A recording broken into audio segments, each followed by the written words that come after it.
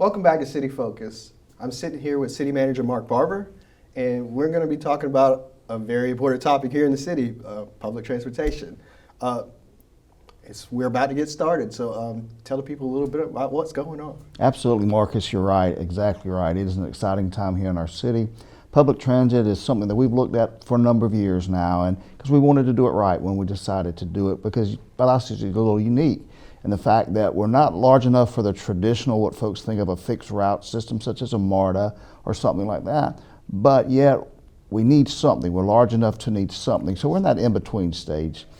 So over the past years, we've done our due diligence in studying different type of transit systems, and finally, April 27th, we're going to launch our first public transit system here in Valdosta called Valdosta On Demand. Okay, and this system is going to be sort of similar to some of the popular rideshare options. Price is going to be a little bit different, but can you tell a little bit about if I want to take a ride on the 27th or beyond, how do I do it? Oh, absolutely, yeah. That's what we're calling it. Microtransit is what we're calling. Similar to Uber, but not exactly like Uber. Something in between that. And so, when you want to go somewhere, you can call from your home. There's a toll-free number that's 24/7 hotline. Or if you're technology savvy, get onto your computer, your cell phone, whatever you may have, and go to the app, and you can make your reservations on there. So it's just that easy. One of the things we're looking forward to, where it's a little bit different from Uber, is the fact that, let's say you had 3 call-ins and we have a driver in that area. They'll say, okay, can you meet on the corner of this street, and we'll pick all 3 of you up at the same time. Yeah. So we have that available, that option available to you if you so choose. But if you say, no, I just want to be picked up at my doorstep, that's exactly what we'll do for you. Okay. Now you can find those apps on Google Play, right, and the App Store. Just search Valdosta On Demand. That's right. And you go through the process, download it, and That's it's right. there for you. Now, for those people who, obviously there's lots of people in the community who don't have transportation, and this is going to help them. But also you got people who are disabled. That's right. What do we have for those people? Okay, great question. You're right. We have 2 right now. We're starting small. We're going to start with 7 vehicles, a fleet of 7. Then gather the data and see how we need to grow. But out of that 7, 2 are designated for handicap. They're wheelchair accessible and things of that nature. And the drivers will help that passenger, to get on the vehicle as well as disembark from the vehicle.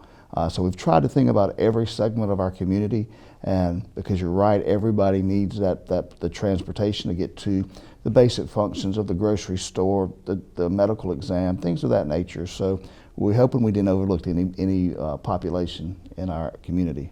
And the transit's going to be running from, if I remember correctly, 6 to 9 every day, Monday through Friday. And how much is it going to cost me? Well, it's going to be $2 every time you step into the vehicle. So we feel that's very reasonable.